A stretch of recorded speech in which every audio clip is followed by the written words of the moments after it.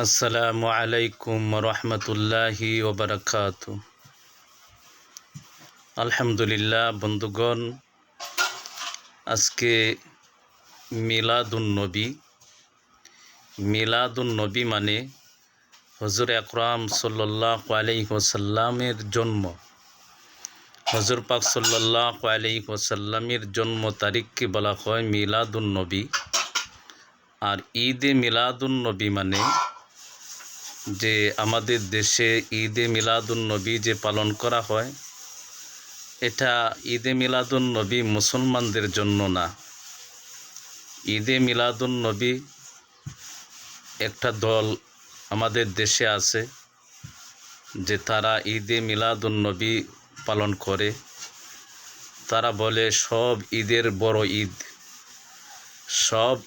বড় ঈদ হচ্ছে ঈদে মিলাদুন্নবী। ঈদে মিলাদুন্নবী মানে এটা খ্রিস্টানের কাজ।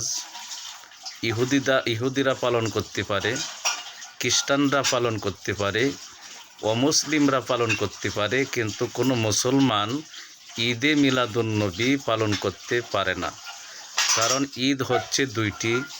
হুজুর আকরাম সাল্লাল্লাহু আলাইহি ওয়াসাল্লাম জানায়া দিয়েছেন যে ঈদ হচ্ছে মুসলমানদের জন্য ঈদ হচ্ছে দুইটি। একটা হচ্ছে ঈদুল ফিতর, আরেকটা হচ্ছে ঈদুল আজহা। এই দুইটা ঈদ হচ্ছে মুসলমানদের ঈদ।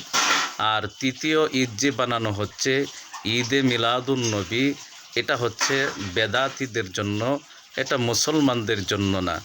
যারা ঈদে মিলাদুন্নবী পালন করে, ঈদে মিলাদুন্নবী পালন করা এটা মুসলমানদের জন্য না, অন্য জাতির হইতে পারে। তো এই মাসে রবিউল আউয়াল মাসে হুজুর আকরাম সাল্লাল্লাহু আলাইহি ওয়াসাল্লাম দুনিয়াতে আগমন করেছিলেন। হুজুর পাক সাল্লাল্লাহু আলাইহি ওয়াসাল্লামের আগমনে তামাম পৃথিবী খুশি হয়েছিলেন।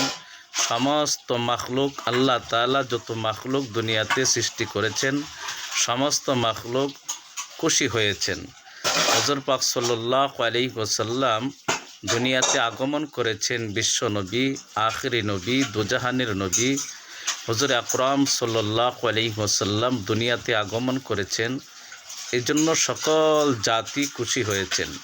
আল্লাহ তাআলা যত মাখলুক দুনিয়াতে সৃষ্টি করেছেন সমস্ত মাখলুক আল্লাহ তাআলার দরবারে খুশি হয়েছেন যে আল্লাহ তাআলা এমন একজন নবী দুনিয়াতে পাঠাইছেন যেই নবীর নাম হচ্ছে, যেই নবীর হুজুর পাক সাল্লাল্লাহু আলাইহি ওয়াসাল্লাম যে বরকতি নবী, এটা আল্লাহ তাআলাই জানায়া দিচ্ছেন, ওয়ামা আরসালনাকা ইল্লা রহমাতাল লিল আলামিন।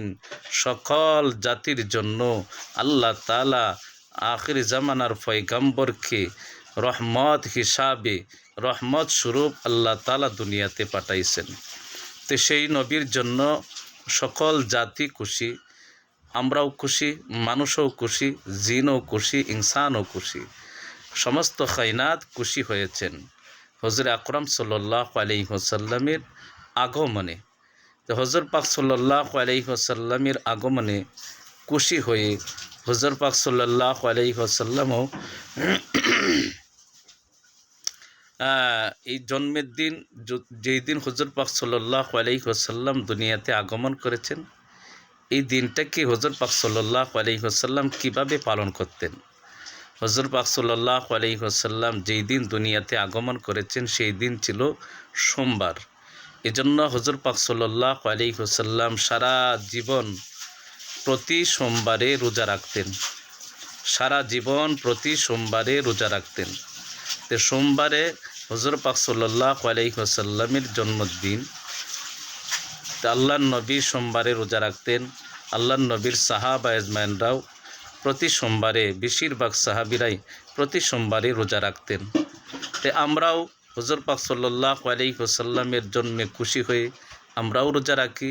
কিন্তু আমরা রোজা না রেখে করি কি, এই দিন আরও খিচুড়ি খাই, হালুয়া খাই, মিষ্টি খাই, বিরিয়ানি খাই, খাও দাও ফুর্তি করি, মিছিল করি, মিটিং করি। এই সমস্ত মিটিং মিছিল হুজুর পাক সাল্লাল্লাহু আলাইহি ওয়াসাল্লামের জন্মের দিন নয়। এই দিন হুজুর পাক সাল্লাল্লাহু আলাইহি ওয়াসাল্লামের জন্মের দিন হচ্ছে মুসলমানদের জন্য আমল হচ্ছে রোজা রাখা। রোজা রাখা, হুজুর পাক সাল্লাল্লাহু আলাইহি ওয়াসাল্লাম রোজা রাখছেন। বেশি বেশি নফল নামাজ পড়া, বেশি বেশি নফল ইবাদত করা, তেলাওয়াত করা, তাসবিহ পড়া, এইগুলা আমল বেশি বেশি করা এই দিন রবিউল আউয়ালের